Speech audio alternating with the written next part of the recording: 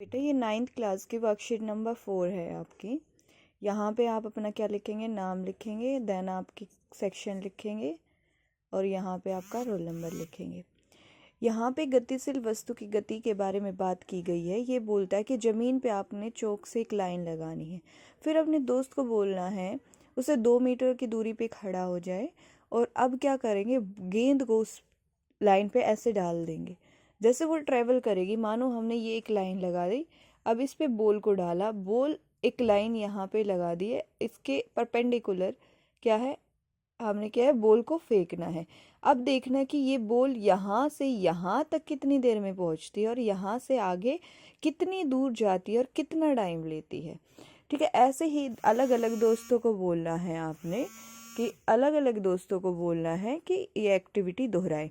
यहाँ पे आप अपने समूह का नाम लिखेंगे। मानो यहाँ पे क्या है, अर्श है, उसके साथ इरशाद है, या कोई भी आपके दोस्त है। ठीक है, यहाँ पे आपकी गेंद चली कितनी दूर है, इस लाइन को क्रॉस करके कितनी दूर चली है, फिर उसने कितना समय लिया है लाइन को क्रॉस करने के बाद, फिर उसकी ये आपकी आंसर निकल जाएगा, गति कितनी स्पीड से चली है।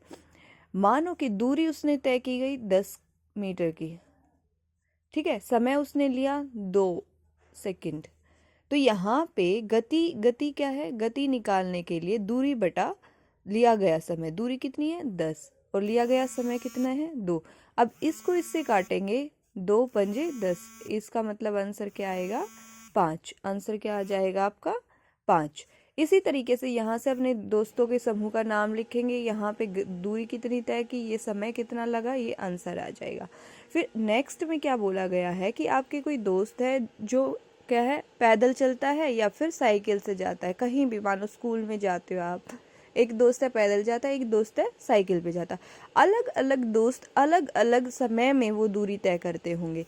मानो एक दोस्त है क्या है 5 मिनट में स्कूल पहुंच जाता है, एक दोस्त है 10 मिनट में स्कूल पहुंचता है, एक दोस्त है कि 15 मिनट में स्कूल पहुंचता है। और दूरी आप समान तय कर रहे हो। मानो आप दोनों तीनों का घर यहाँ पे यहाँ पे यहाँ पे, तीनों पड़ोसी हो और स्कूल आपको यहाँ पे पहुंचना है। तो एक बच्चा है आपको 5 मिनट लगाता है, एक बच्चा इसको 10 मिनट लगाता है, एक बच्चा हो सकता है 2 मिनट में भी साइकिल से चला जाए। और वही साइकिल चलाने के लिए आप अलग अलग समय भी ले सकते हो, क्योंकि कोई तेज चलाएगा तो कोई धीमी चलाएगा। यह मतलब ये पता करना है कि दूरी तय तो सेम ही कर रहे हैं, लेकिन किस स्पीड से कर रहे हैं उस पर ये निर्भर करता है कि कोई चीज़ क्या है, कितनी गति से चल रही है। अब कभी कभी हम देखते हैं किलोमीटर प्रति घंटा में तय की जाती है गति, ठीक है, दिखाई जाती है। कभी कभी हम देखते हैं मिनट प्रति सेकंड में तय की गई है। तो यहाँ पे आपके क्वेश्चंस के आंसर देने हैं आपने। गति की गणना करने के लिए निम्नलिखित में से कौन सा सूत्र सही है। देखो, गति की गणना करने के लिए हमने ये सूत्र पढ़ा है, दूरी बटे दिया गया समय। तो गति इज इक्वल टू दूरी बटे समय, सॉरी ये आपका आंसर गलत रहेगा, दूरी गुणा समय है ये।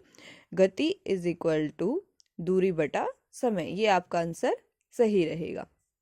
यहाँ पे आपको बोला गया है गेंद है वो 4 सेकंड में 8 मीटर की दूरी तय करती है और एक रेखा को पार कर जाती है। यह मानते हुए कि ये हर बार ऐसे ही कर रही है, बिल्कुल एक ही स्पीड से चल रही है, मतलब कि गेंद की गति ज्ञात करें। गति का फॉर्मूला क्या होता है आपका, दूरी बटे समय। दूरी कितनी है 8 मीटर की और समय कितना लगा है 4 सेकेंड। दूरी कितनी है 8 मीटर की और समय लिया 4, 4 दूनी 8, 2 मीटर प्रति सेकंड आपका आंसर आ जाएगा। यहाँ पे बोला गया है, मान लीजिए आपके घर से स्कूल की दूरी 1.2 किलोमीटर है। 1.2, देखो आंसर देखो सब मीटर प्रति सेकंड में है, मीटर प्रति सेकंड में है, तो जाहिर सी बात है हमें पहले इसे मीटर प्रति सेकंड में कन्वर्ट करना पड़ेगा। तो मीटर कन्वर्ट करने के लिए आवर्स का तो हम 1000 से मल्टीप्लाई कर देंगे। ठीक है, फिर बोला गया है कि 10 मिनट का समय लगता है। तो 10 मिनट यानी कि 10 मिनट को सेकंड बनाने के लिए तो 60 से मल्टीप्लाई करेंगे। ठीक है, अब इस पॉइंट को हटाने के लिए यहाँ पे एक और 10 आ जाएगा। तो इधर इससे एक जीरो कैंसिल, एक जीरो कैंसिल और एक जीरो कैंसिल, 6 दूनी 12। तो आंसर क्या आएगा 2 मीटर प्रति सेकंड। बेटा ये आपकी एक्टिविटी नंबर 4 है, ये से आप कंप्लीट कर लेंगे। ठीक है।